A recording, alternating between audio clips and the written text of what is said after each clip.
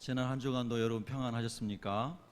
예, 만나 뵙게 돼서 반갑습니다. 예, 예수님이 주시는 평안이 저와 여러분의 마음을 항상 주장하시기를 소원합니다. 예, 저는 지난 주간에 제가 이렇게 영적으로 교제하는 선교사님들로부터 이제 몇 번의 사진과 또 이메일을 받았습니다. 그 중에 이제 한 소식은 이라크에서 예수님 믿고 있는 많은 어린 아이들이 참수를 당하고 있는 그런 이제 얘기였습니다. 유엔 평화유지군이나 유엔군이나 또는 미군이 거기 주둔하고 있을 때에는 예수 믿는 아이들이 처형당하지 않았지만 이제 그들의 보호막이 거쳐지고 나니까 ISIS라는 여러분 잘 아시는 요즘에 많이 문제가 되고 있는 그 이슬람 과격한 사람들에 의해서 그 예수 믿는 어린 아이들이 죽어가고 있습니다. 너무 많은 사람이 죽어가고 있고 그 부모님들이 옆에 서 계시는 동안에 서 계시게 한 다음에 아이들을 이제 죽이는 겁니다. 예수를 부인해라. 그러면 살려주고 부인하지 않으면 참수하는 겁니다. 그래서 그런 이제 모습을 보면서 그 예수 믿는 부모님들이 아이들이 믿음을 지키도록 기도하고 또 본인들도 믿음을 지키기 위해서 기도하고 하고 있다는 겁니다. 그래서 제가 지난 주중에 그 소식을 들었을 때까지는 아직까지 예수님을 배도한 아이가 없다, 그런 이제 내용이었습니다. 그리고 긴급한 기도 요청을 해왔습니다. 또 나이지리아라고 하는 나라에서도 많은 예수님 믿는 사람들이 화형을 당했습니다. 그런데 이렇게 한 명 한 명을 불태워 죽인 게 아니고 운동장 같은 데다가 예수님 믿는 사람 수백 명을 이렇게 모아놓고 다 한꺼번에 불질러서 죽였습니다. 근데 그 사람들이 불에 탄 모습 그대로 운동장에 그대로 있는 겁니다. 그리고 무슬림들이 그거를 이제 보고 지나가고 예수 믿는 사람을 조롱하는 거죠. 저는 그 중보, 긴급 기도 중보에 대한 연락을 받고 제가 우리 새벽 기도회 때도 성도님들에게 같이 기도하자고 권면했고 또 뭐 수요일 날이나 금요일 날도 제가 말씀을 드렸습니다. 그리고 제가 기도하면서 이제 성경에 나온 그 말씀이 이제 생각이 났습니다. 무슨 말씀이냐면 요한계시록 6장에 보면 6장 9절 이하에 보면 이런 말씀이 있습니다. 하나님의 말씀과 그들이 가진 증거로 말미암아 죽임을 당한 영혼들이 제단 아래에 있어 큰 소리로 불러 이르되 거룩하고 참되신 대주제여 땅에 거하는 자들을 심판하여 우리 피를 갚아주지 아니하시기를 어느 때까지 하시려 하나이까 하니 각각 그들에게 흰 두루마기를 주시며 이르시되 아직 잠시 동안 쉬되 그들의 동무 종들과 형제들도 자기처럼 죽임을 당하여 그 수가 차기까지 하라 하시더라. 이런 말씀입니다. 이 말씀은 사실 굉장히 무서운 말씀이죠. 다른 말로 하면 순교자의 수가 더 채워져야 신원하시는, 즉 예수님이 재림하시고 세상을 심판하시는, 악한 자들을 심판하시는 그 때가 온다는 것을 성경에 말씀하고 있는 겁니다.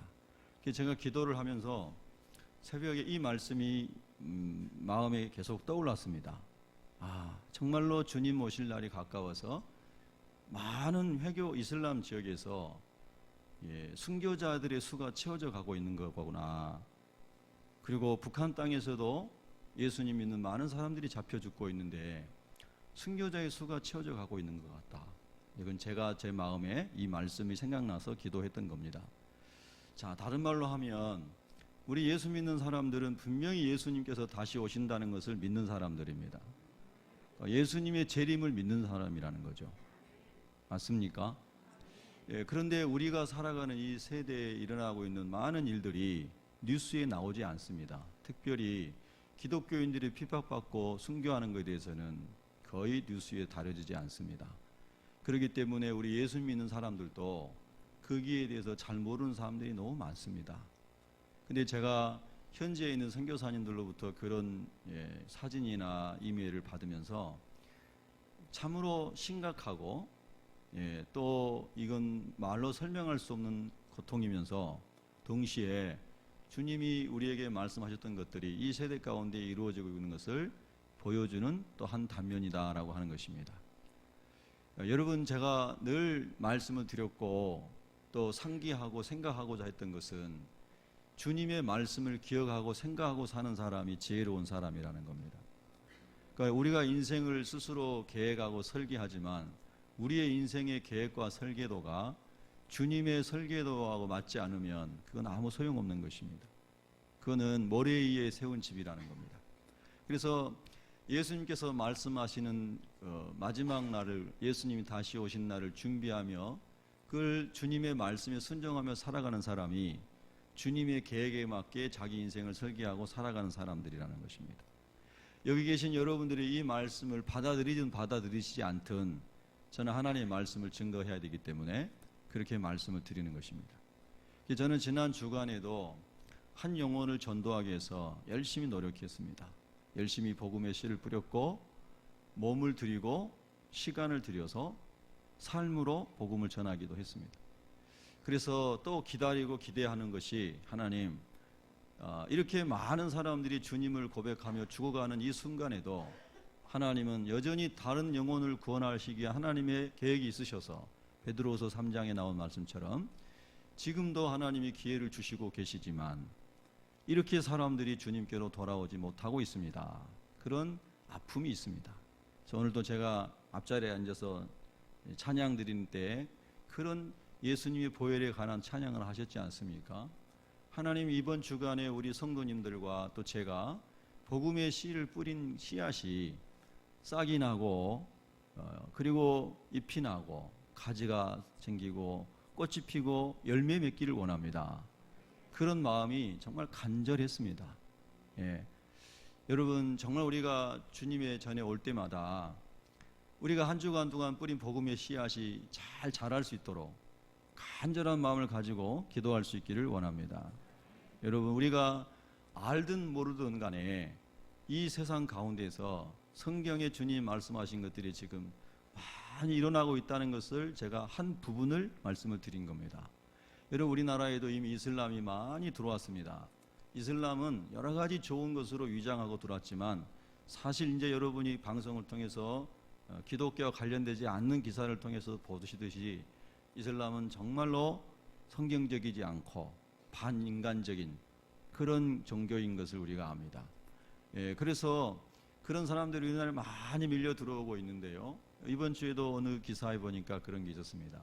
한국의 어떤 이제 여자분이 이슬람 무슬림하고 결혼을 했습니다. 남자 이슬람 신자를 무슬림이라고 그러지 않습니까? 그리고 결혼을 했는데 둘째 아내로 결혼을 한 겁니다. 첩으로. 그러니까 우리로 말하면 첩인데 이슬람에서는 4명, 5명을 공식적으로 자기 아내로 맞이할 수 있기 때문에 두 번째 아내로 갔는데 많은 폭행을 당하고 버림받은 기사를 읽었습니다. 여러분도 혹시 보셨나요? 그러니까 막연한 이슬람에 대한 환상, 다른 이방 문화에 대한 막연한 어떤 기대, 이런 가지고 결혼해서 완전히 인생이 망가지는, 그리고 그 사람이 나와서 자기 고백을 하는 인터뷰를 봤습니다. 여러분, 우리가 이 세대 가운데에서 많은 이상한 종교들과 사상들을 성경적으로 잘 분별할 수 있는 지혜가 필요합니다. 아멘. 그 사람들이 아무리 많은 오일머니를 가지고 이렇게 다가온다 할지라도 우리가 잘 분별해서 영혼을 지키는 것이 더 중요하다는 것입니다. 저는 이 말씀을 꼭 이렇게 드리고 싶어서 제가 먼저 말씀을 드리고요. 그리고 이제 본문으로 돌아가서 우리가 이 말씀을 묵상하면서 하나님 안에서 우리 영혼을 잘 간수할 수 있기를 원하는 마음으로 이 말씀을 묵상하겠습니다. 여러분, 이스라엘에는 사해라는 바다가 있습니다. 사실은 바다가 아니고 조그만 호수죠. 그러나 이스라엘 사람들은 자기들의 나라에서 볼 때는 꽤나 큰 거니까 갈릴리 호수도 바다라고 부르고 사해 호수도 바다라고 부릅니다. 그런데 이 사해라고 하는 바다는 북쪽에 있는 갈릴리 호수의 담수가 요단강을 따라 흘러내려와서 고인 곳이죠. 근데 수심이 굉장히 깊습니다. 이게 마이너스로 깊이 들어가는 곳입니다. 이 수면 자체가 마이너스입니다. 지상에 있는 게 아니고. 그게 사해바다입니다. 그래서 밑으로 흘러가지 않고 거기 고여있는 물이 많아서 여러분이 아신 것처럼 계속 물은 짜지고 그리고 생물이 살 수가 없고요. 그리고 매년 30cm씩 물이 줄어들면서 사해는 점점 낮아지고 있습니다. 수면이. 그런데 그 사해 바다의 동편에는 요르단이라는 나라가 있습니다. 요르단의 나라는 그 동쪽에서 성경에 나오듯이 많은 동풍이 불어올 때에 뜨거운 동풍이 불어오면서 사해의 수분을 흡수하여 사해 서쪽에 이 벼랑이 있는 곳으로 골짜기로 바람이 불어가게 되는 겁니다.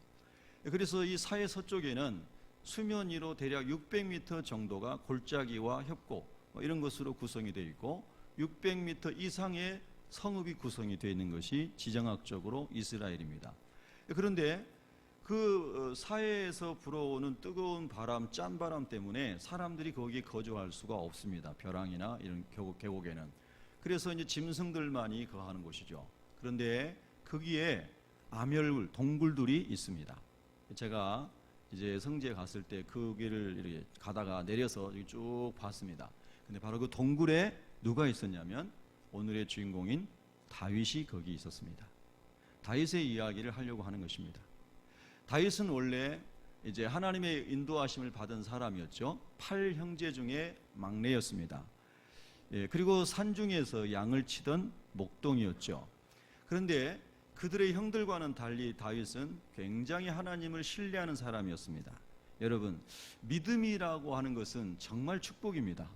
여러분이 하나님 믿어지시고 성경이 믿어지시고 예수 그리스도가 믿어지신 분 있지 않습니까? 그건 정말 복 중의 복입니다. 이 시간에도 그런 믿음의 복을 하나님이 여러분에게 더해 주시기를 축복합니다. 이건 돈으로 살 수 없는 것입니다. 가난하고 사모하는 심령에게 하나님 부어주시는 선물이 믿음의 은사입니다. 그런데 이 다윗은 형들과는 달리 남다르게 믿음이 있는 사람이었습니다. 그래서 다윗이 그런 고백을 사울 왕에게 가가지고 합니다. 왕이시여, 제가 양을 칠 때에, 우리 아버지의 양을 칠 때에 곰이 와서 양을 찢으려고 할 때, 먹으려고 할 때, 또 사자가 와서 양을 훔쳐가려고 할 때 제가 사자의 입을 찢고 곰의 입을 찢었나이다. 나와 함께 하신 하나님께서 나에게 이런 은혜들을 주셨습니다 하면서 사울왕에게 간증을 합니다. 사울왕이 곰곰이 듣고 있다가 더 이상은 골리앗을 이길 수 있는 대한 세력이 없기 때문에 이 다윗을 골리앗에게 보내는 것을 우리가 잘 알고 있습니다. 그래서 골리앗이라는 사람이 블레셋의 장수로 3m가 넘는 거구에 어렸을 때부터 이 용사의 훈련을 받은 전사였습니다. 근데 그 사람이 완전 무장을 하고 있는데 다윗이 얼마나 믿음이 좋은지 그 사람 이 하나님과 하나님의 군대를 모욕하는 저 개 같은 자를, 이방인들을 유대인들은 개라고 하지 않았습니까? 내가 가만히 두고 볼 수 없다. 하나님의 이름으로 가서 내가 저 사람을 탁 무찌르고 우리 이스라엘 하나님의 이 백성들을 구원해야 되겠다. 이런 엄청난 믿음을 가지고 있는 사람이 다윗이었습니다. 여러분, 오늘 우리가 살아가는 이 세대 속에서 하나님께서 여러분과 저에게 그런 믿음을 주시기를 원합니다. 우리 앞에 있는 엄청난 골리앗도 하나님을 의지함으로 나가 이길 수 있다라고 하는 확신, 예수 내 구주, 예수 내 주인, 예수 나의 생명, 예수 나의 전부, 예수 이름을 가지고 내가 나가면 승리한다라고 하는 믿음, 할렐루야. 그것을 하나님이 지금 부어주시기를 축복하는 겁니다. 그래서 다윗이 그런 사람이었습니다. 굉장했습니다. 그래서 이스라엘을 하나님의 능력으로, 아니 하나님이 다윗을 통해서 구원하신 것이죠. 자, 그런데 이제 여기서 반전이 시작이 됩니다. 좋은 반전이 아니라 안 좋은 쪽으로 인생이 곤두박질 친다는 겁니다. 다윗이 승리하고 돌아올 때에 이스라엘 사람들이 나와서 여러분 잘 아시는 대로 사울은 천천히요 다윗은 만만히로다 하면서 지혜롭지 못한 여인들이 길가에 나와서 막 그렇게 순진하게 다윗을 높였습니다. 여러분 지혜로워지시기를 축복합니다. 집에 와서는 다윗은 만만이라 하고 거리에서는 사울이 만만이라 하고. 그런데 그 일로 인해 가지고 사울 왕이 시기와 질투가 막 일어납니다. 여러분의 인생 가운데 시기 질투는 상관없기를 축복합니다. 정말로 무서운 질병입니다. 영혼을 파괴하는 질병이죠. 이 사울이 시기 질투가 일어나서 자기 사위이면서 이 자기의 후계자가 되고 나라를 구원한 이 엄청난 사람을 미워하기 시작합니다. 그래서 이 사울이 다윗을 죽이려고 얼마나 가진 노력을 다하는지 모릅니다. 여기서부터 이해할 수 없는 인생의 길로 다윗이 접어듭니다. 여러분 보십시오. 소년 시절부터 거기까지 오기까지 다윗은 오직 믿음의 길을 왔습니다. 신실한 삶을 살아왔죠. 하나님과 사람 앞에서 부끄러움 없는 삶을 살았습니다. 그런데 그 삶의 결과가 너무나 비참한 것으로 나타나게 되었다는 겁니다. 이럴 때 우리가 이렇게 말합니다. 하나님, 이해할 수 없습니다. 하나님, 이거는 도대체 해석이 안 됩니다. 하나님, 어떻게 하면 좋습니까? 여러분, 그런 삶을 여러분도 혹 건너오지 않으셨습니까? 지금 그 지경에 처해 있지 않으십니까? 그럴 때는 여러분, 잠잠히 하나님을 기다리심이 복인 줄로 믿습니다. 할렐루야.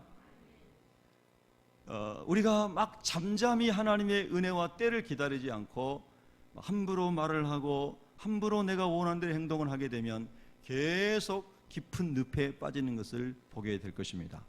여러분, 사울이 다윗을 추적합니다. 다윗이 도망갑니다. 그 충성스럽던 부하가 그 왕에 의해서 쫓겨갑니다. 쫓겨가면서 여러분, 쫓겨갔다는 것은 첫 번째, 이제 다윗이 높은 군대의 지휘관의 자리에 있다가 그 지휘관의 자리에서 그가 쫓겨났다는 것을 의미합니다. 우리가 우리나라 군대로 말하면 육군 대장이나 국방부 장관쯤에 있다가 이등병으로 전락한 것입니다. 여러분, 회사에서 CEO로 있다가 잘 나가다가 예수님 잘 믿고 사람들이 보기에 저 사람 예수님 믿어서 하나님의 은혜로 사는 사람이야 하고 막 박수 받았는데 잘못한 것도 없는데 어느 날 갑자기 이등병으로 전락하는 겁니다. 여러분 인생 가운데 이런 일이 안 일어나기를 축복해야 되나요? 그러나 이건 축복인지 아닌지 제 주관이, 제 소관이 아닙니다. 하나님만이 아시고 하나님만이 우리 인생을 이끌고 가기 때문입니다. 그런데 다윗이 그렇게 추락했습니다. 그리고 집에 갔습니다. 그런데 자기 부인이 미갈이 와가지고 여보 큰일 났어요. 우리 아버지가 집으로 쫓아와서 당신을 죽이려고 합니다. 그래서 거기서 이제 다윗이 또 도망을 갑니다. 그래서 그 일로 인하여 아내와 헤어지게 되고 가정과 헤어지게 됩니다. 참 아이러니한 것이죠. 하나님을 잘 믿은 결과 그렇게 됐습니다. 어디로 가야 되지 하고 생각하다 보니까 하나님의 사람 선지자 사무엘이 생각이 났습니다. 라마 라요스에 있는 이 선지자 사무엘을 찾아가면 내가 좀 피할 길이 있지 않을까. 그게 갔습니다. 그런데 사울은 그의 원수들을 숨겨주는 제사장들을 다 죽이는 악한 행위를 하고 있는 사람이었습니다. 다윗이 거기 있을 때 잠시 머물 수 있지만 다시 사울이 그 길을 추적해 온다는 소식을 듣고 사무엘이 피해를 입을까봐 다시 라마 라요스를 떠나갑니다. 그의 인생은 어디로 가야 할지 모르고 계속해서 막 정말 앞이 안 보이는 길을 가고 있는 것입니다. 근데 그 길은 자기가 다 나름대로 생각해서 선택해서 가는 길인데 답이 없는 길이었습니다. 사무엘을 떠났습니다. 그리고 여러분, 다윗이 어디로 갔습니까? 블레셋의 가드로 도망을 갔습니다. 이 땅 가운데서는 내가 몸을 피할 곳이 없구나. 과거의 원수의 나라였던 원수의 땅이지만 그래도 내가 거기라도 가서 내 생명을 부지해야 되지 않겠는가, 이런 마음을 가지고 원수의 나라 블레셋의 가드라고 하는 때로 당동네로 가게 됐습니다. 근데 가드에 갔더니 가드 사람들이 환영해 줄 줄 알았는데 다윗을 알아보고 저 사람은 과거에 천천히요 만만히요 했던 그 만만인 다윗이 아니냐, 우리가 저 사람을 어떻게 받아들일 수 있느냐 하면서 왕에게 가서 호소를 하게 되고 여차여차 시간이 지나 결국은 다윗이 쫓겨나게 되는데, 거기 머무는 동안에 다윗이 조금이라도 거기 더 머물러 보려고 미치광이 행세를 합니다. 대문짝을 성문을 손가락으로 긁고 그 다음에 수염에 침을 흘리면서 미치광이가 되는 척하면서도 생명을 지켜보려고 하는 극단적인 상황까지 다윗이 몰리게 됩니다. 그러나 거기서도 계속해서 그가 견딜 수 없어서 마침내는 쫓겨나서 어디로 갑니까? 오늘 본문에 나오는 사해 서쪽에 있는 아둘람 동굴로 도망을 가게 됩니다. 여러분, 정말 하나님을 잘 믿고 믿음으로 살았던 다윗에게 너무나 처절한 결과 아닙니까? 그런데 여러분, 정말 하나님은 다윗을 버리셨을까요? 하나님은 정말 고통 가운데 있는, 절망 가운데 있는 여러분을 버리셨을까요? 하나님은 정말 불에 타서 죽는 그 많은 어린 아이들과 목이 베어 죽음을 당하는 아이들을 하나님 버리셨을까요? 북한 땅에서 눈물 흘리며 예배드리고 있고 잡히면 죽는, 고문당하고 죽는 많은 그리스도인들을 하나님께서 정말 버리셨을까요? 그게 아니라는 것입니다. 하나님의 계획과 섭리는 우리와 너무 달라서 우리가 생각할 수 없는 일을 하나님은 계획하시고 우리가 할 수 없는 일을 하나님은 행하시는 줄을 믿습니다. 그래서 사도 바울이 깨달은 것은 로마서 8장 28절에 하나님을 사랑하는 자 곧 그 뜻대로 부르심을 입은 자들에게는 모든 것이 합력하여 선을 이루느니라. 죽음마저도 선을 이루느니라. 할렐루야. 그 엄청난 비밀을 바울이 발견하게 된 것입니다. 그래서 사도 바울이 그것을 발견하고 예수님을 발견하고 하나님 나라를 발견한 다음에 고백한 것이 빌립보서 3장 8절에 나오는 세상의 모든 것은 내가 다 배설물로 버렸다. 그리고 내가 그리스도 안에서 드러나기를 원하며 예수 안에서 내가 드러나기를 원하며 예수가 나의 모든 것이 되기를 원한다. 내가 사나 죽으나 주의 것이로다. 나의 시민권은 하나님의 나라에 있느니라. 할렐루야. 이렇게 바울이 고백했고 빌립보 성도들에게도 그 신앙을 그들에게 전수한 줄로 믿습니다. 여러분, 아둘람 굴에 있는 다윗의 모습을 상상해 보십시오. 아침에 눈을 뜨면 짠바람과 뜨거운 바람이 동쪽에서 불어옵니다. 그의 삶은 지쳐 있습니다. 더 이상 피할 곳이 없습니다. 먹을 것도 그는 준비되어 있지 않습니다. 3년, 10년, 20년 노후를 위하여 보험을 들어놓은 것도 없습니다. 막막합니다. 동굴 속에 홀로 있습니다. 아침에 눈을 뜨기가 싫습니다. 하나님, 마치 엘리야처럼 내가 여기서 조용히 죽고 싶나이다. 그런 마음이 다윗의 마음이었을 것입니다. 혹 여러분 중에 한 분이라도 그런 영적인 어려움 가운데, 삶의 어려움 가운데 계신 분이 계시다면 오늘 주님의 손길을 붙잡으시기를 축복합니다. 여러분, 바로 그 절망 가운데 있는 다윗을 하나님이 찾아오십니다. 여러분, 다윗은 그 너무나 막막하고 고통스러운 삶 가운데서 내가 어린 시절부터 하나님을 만났고 경험했던 그 믿음이, 하나님을 신뢰하는 마음이 그 처절한 상황 속에서 다시 그 영혼 깊은 곳에서 올라오기 시작하는 겁니다. 이것을 은혜라고 말합니다. 여러분, 오늘 여러분의 영혼 속에 예전에 만났던 주님의 은혜, 어린 시절에 경험했던 믿음의 역사, 예수 안에서 누렸던 은혜, 그것들이, 그 믿음의 역사가 오늘 여러분의 영혼 깊은 곳에서 솟아나는 샘물이 되시기를 축복합니다. 요한복음 7장 31절에 예수님께서 그 배에서 영생하도록 솟아나는 샘물이 되리라. 할렐루야. 너희가 받을, 예수를 믿은 너희가 받을 성령을 가리켜 말씀하심이라. 할렐루야. 그런 성령 안에 있는, 예수님 안에 있는 믿음이 오늘 우리 믿는 자들 가운데서 일어나듯이 다윗에게도 하나님의 영에 기름 부음 받고 감동을 받고 믿음으로 살았던 그 다윗에게도 이 낙심 가운데 있을 때 다시 하나님이 찾아오시는 겁니다. 그럼 어떻게 찾아오셨을까요? 오늘 본문 1절을 같이 읽겠습니다. 1절 읽습니다. 시작. 하나님이여 내게 은혜를 베푸소서, 내게 은혜를 베푸소서. 내 영혼이 주께로 피하되 주의 날개 그늘 아래에서 이 재앙들이 지나기까지 피하리이다. 할렐루야. 여러분, 이건 개역 개정의 번역입니다. 다른 쉬운 성경의 번역에 보면 좀 더 다르게 번역이 되어 있습니다. 오 하나님, 나를 불쌍히 여겨 주소서. 나를 불쌍히 여겨 주소서. 내가 주께 피하러 왔습니다. 나는 어려움이 다 지나갈 때까지 주의 날개 그늘 아래서 피하겠나이다. 그래서 하나님이여 내게 은혜를 베푸소서, 이 말이 하나님 나를 불쌍히 여겨 주소서.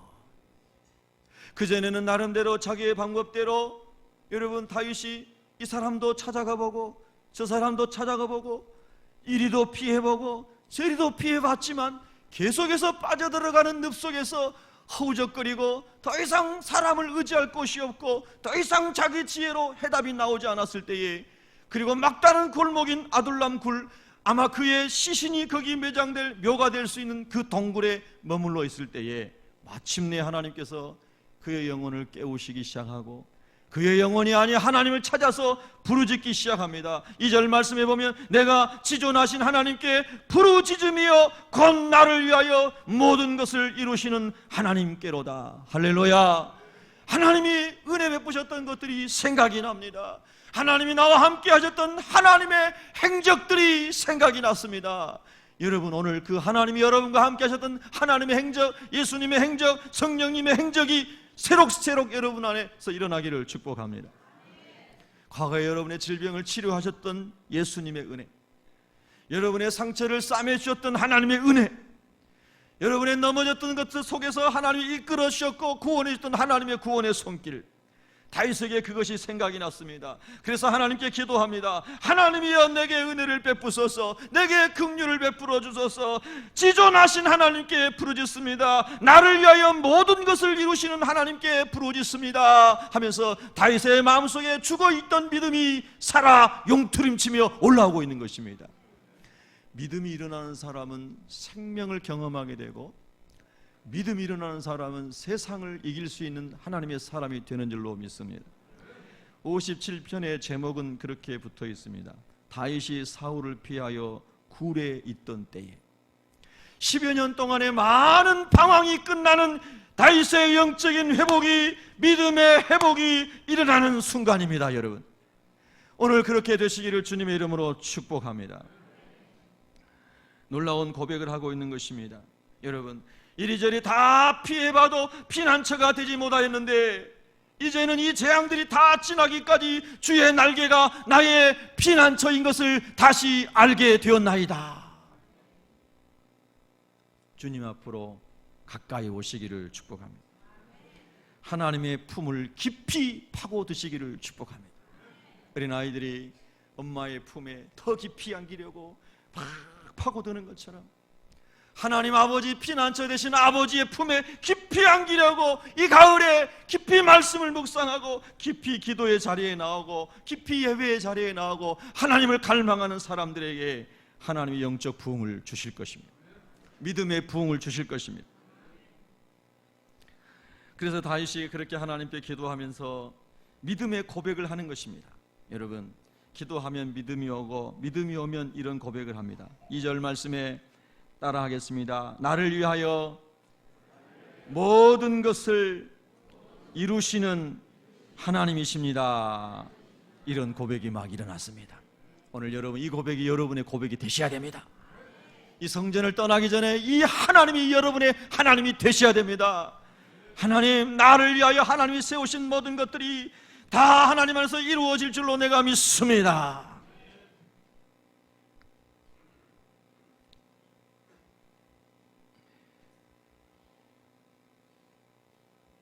사절을 읽겠습니다. 시작. 내 영혼이 사자들 가운데 살며 내가 불사르는 자들 중에 누웠으니 곧 사람의 아들들 중에라. 그들의 이는 창과 화살이요 그들의 혀는 날카로운 칼이로다. 현실을 직시했습니다. 다시 있는 현실은 그와 같은 것이었습니다. 내 영혼이 사자들 가운데 살고 있습니다. 내가 불사르는 자들 중에 누워 있습니다. 지금 그의 상황은 변하지 않았습니다. 5절을 읽겠습니다. 시작. 하나님이여 주는 하늘 위에 높이 들리시며 주의 영광이 온 세계에 높아지기를 원하나이다. 할렐루야. 그는 믿음이 소생했습니다. 그랬더니 그의 마음속에서 이런 노래가 솟아오르는 것입니다. 주는 하늘 위에 높이 들리시며, 하나님, 내 인생을 이렇게 수렁텅이로 몰아넣으신 하나님, 하나님 더 이상 믿고 싶지 않습니다. 하나님은 나의 하나님이 아니십니다. 이렇게 수도 없이 되뇌었을 그 하나님이 그의 마음속에서 믿음이 올라오자 그렇게 말하는 것입니다. 하나님이여 주는 하늘 위에 높이 들리시기를 원하나이다. 하나님이 영광을 받으시기를 원하나이다. 주의 영광이 온 세계 위에 높아지기를 원하나이다. 믿음의 회복이 이루어지고 있는 것입니다. 할 수 있거든이 무슨 말이냐? 믿는 자들에게는 능치 못할 일이 없느니라. 풍부에 처할 줄도 알고 비천에 처할 줄도 알고 어떠한 상황 속에서도 예수 안에서 자족함을 배우는 믿음, 바울이 고백했듯이 1000년 전에 다윗이 그 은혜를 지금 회복하고 있는 줄로 믿습니다. 여러분, 예수님 여러분 삶의 주인으로 모셔드렸죠? 하나님 나라의 소망을 가지고 계시죠? 그러면 이런 은혜가 또 여러분 안에 누려지게 될 줄로 믿습니다. 여러분, 이제 계속해서 7절을 한번 읽겠습니다. 7절 읽습니다. 시작. 하나님이여 내 마음이 확정되었고 내 마음이 확정되었사오니 내가 노래하고 내가 찬송하리이다.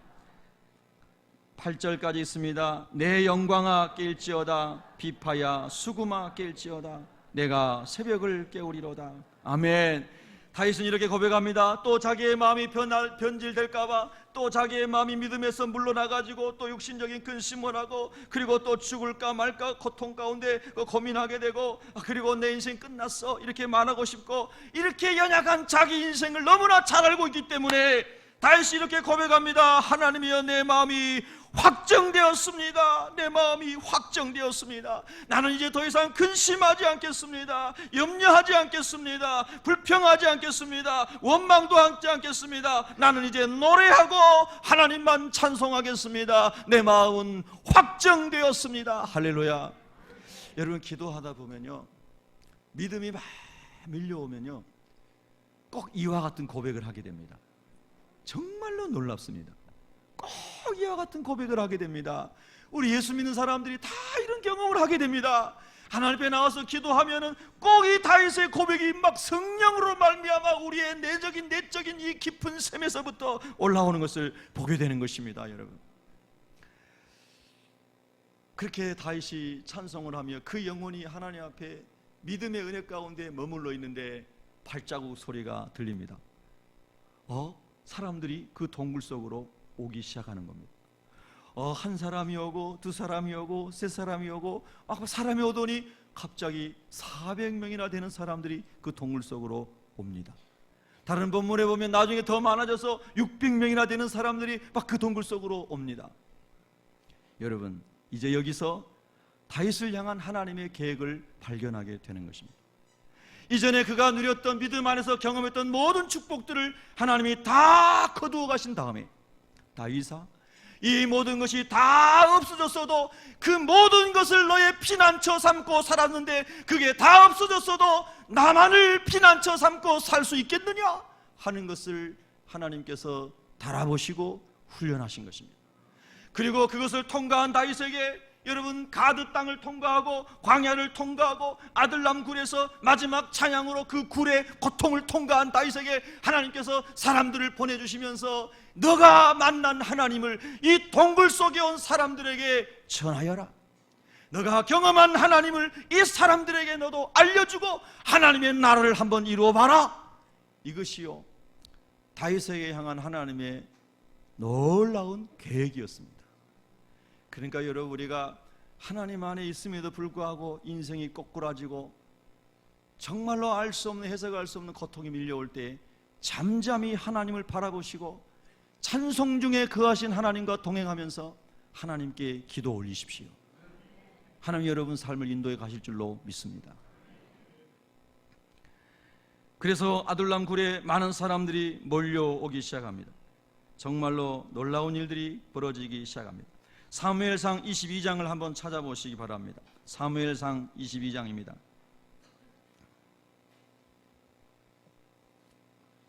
구약 성경 446페이지입니다. 사무엘상 22장 1절 2절을 같이 큰 목소리로 읽겠습니다. 구약 성경 446페이지 시작. 그러므로 다윗이 그곳을 떠나 아둘람 굴로 도망하며 그의 형제와 아버지의 온 집이 듣고 그리로 내려가서 그에게 이르렀고 환난당한 모든 자와 빚진 모든 자와 마음이 원통한 자가 다 그에게로 모였고 그는 그들의 우두머리가 되었는데 그와 함께한 자가 400명가량이었더라. 할렐루야. 여러분, 하나님께서 보내준 사람들이 굉장히 지위가 높고 세상적으로 의지할 만하고 피난처가 될 만하고 이런 사람들을 하나님이 그 동굴 속에 모으신 것이 아니라 환난당한 모든 사람, 빚진 사람, 여러분 인생에서 빚을 지고 산다는 게 얼마나 힘든 일입니까? 마음이 원통한 사람, 심장이 편안할 날이 없고 심장이 고요할 날이 없고 계속해서 불안하고 두근두근하며 근심하며 사는 이 많은 사람들이 다 그에게 모였고, 여러분, 하나님의 섭리는 거기에 있었습니다. 다윗이 왕궁에 있으면서 그 모든 것을 다 누렸을 때는 이 사람들이 그에 가까이에 없었습니다. 그가 동굴 속에 있으면서 수많은 아픔의 과정을 거치고 거기에 숨어들어 있을 때에 하나님께서 보내신 사람들이 찾아옵니다. 더 놀라운 말씀은 역대상 12장 22절에 보면은 이 사람들을 어떻게 성경이 설명하냐면요, 사람이 날마다 다윗에게로 돌아와서 돕고자 하며 큰 군대를 이루어 하나님의 군대와 같았더라. 한번 따라하겠습니다. 하나님의 군대와 같았더라. 이 사람들은 도대체 하나님의 군대 같은 사람이 아닙니다. 그들의 신분이나 그들의 환경이나 그들이 처한 모든 것을 볼 때에는 다 버려진 사람들 같습니다. 다 소외당한 사람들입니다. 소망 없는 사람들입니다. 그런데 하나님은 말합니다. 말씀하십니다. 큰 군대를 이루었는데 하나님의 군대와 같더라. 할렐루야. 이것이 하나님께서 다윗을 통하여 아둘람 교회, 아둘람 동굴 교회, 아둘람 동굴의 하나님의 공동체, 하나님의 임재를 경험하고 그 고통 속에서도 찬양하며 하나님을 기다리는 사람들을 통해서 하나님 살아계심을 보여주시고자 했던 하나님의 계획, 그 계획이 다윗의 10년 동안의 방황을 끝내게 하고, 그리고 이 사람들로 하여금 다시 이스라엘을 세우게 하는 놀라운 섭리가 하나님 안에 있었습니다. 저와 여러분의 삶 속에도 그런 하나님의 깊고 오묘하신 섭리가 있음을 믿으신다면, 오늘 다윗처럼 시편 57편의 말씀처럼 하나님을 찬송할 뿐만 아니라 하나님의 이름이 온 땅 위에 높아지기를 영광을 돌리는 엄청난 축복의 삶을 살게 될 줄로 믿습니다. 57편 9절에 보면 주여 내가 만민 중에서 주께 감사하오며 뭇사람 중에서 주를 찬송하리이다. 미래적인 기대이면서 현재의 선포였습니다. 하나님, 나는 이제 다른 말로 하면 내 믿음이 회복되었습니다 하는 것입니다. 여러분, 고린도전서 1장 26절 28절에도 보면 고린도 교회에 대하여 이렇게 기록하고 있습니다. 형제들이여, 여러분의 부르심을 생각해 보십시오. 육신적으로 지혜 있는 사람이 많지 않고 능력 있는 사람도 많지 않고 가문 좋은 사람도 많지 않습니다. 그러나 하나님께서는 지혜로운 사람들을 부끄럽게 하시려고 세상의 어리석은 것들을 택하셨고 강한 것들을 부끄럽게 하시려고 세상의 약한 것들을 택하셨습니다. 또한 하나님께서는 잘난치 않은 것들을 없애시려고 세상의 천한 것들과 멸시받는 것들과 아무것도 아닌 것들을 택하셨습니다. 그래서 그 사람들을 보아서 마치 아둘람 동굴에 모인 사람들 같은 사람들을 모아서 고린도 교회를 세우시고 성령을 부어주시고 은사들을 경험케 하시고 주님의 교회를 이루게 하신 줄로 믿으십니까? 오늘 우리도 마찬가지입니다. 우리가 하나님 안에서 하나님의 은혜를 기대하고 오늘 다윗처럼 하나님 앞에 간절히 부르짖으며 나아가며 하나님, 나의 믿음을 주십시오, 나에게 믿음을 주십시오, 그리고 잃어버린 믿음을 회복시켜 주십시오, 하나님 나를 불쌍히 여겨 주십시오 라고 하나님을 피난처 삼고 나갈 때에, 하나님을 피난처 삼고 나갈 때에 하나님의 은혜가 임하게 될 줄로 믿습니다. 여러분, 오늘 본문의 57편, 시편 57편 8절을 보시겠습니다. 시편 57편 8절을 같이 읽겠습니다. 시작. 내 영광아 깰지어다, 비파야 수금아 깰지어다, 내가 새벽을 깨우리로다. 아멘. 그 내 영광아, 이 말은 나의 영혼아 였습니다.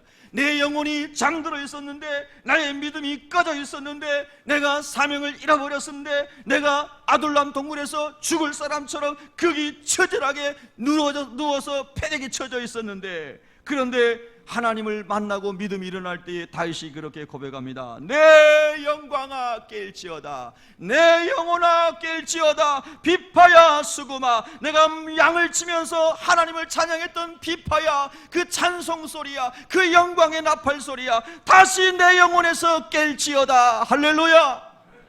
그런 은혜가 막 다윗에게 밀려오는 것입니다. 여러분의 삶 속에서도 찬송이 막 터지시기를 축복합니다. 저는 우리 교회에 찬송하는 사람들이 더 많아지기를 축복합니다. 샬롬 찬양대도 의자 부족해서 못 앉을 정도로 많아지기를 축복합니다. 여기에는 앞에는 오케스트라가 있기를 축복합니다.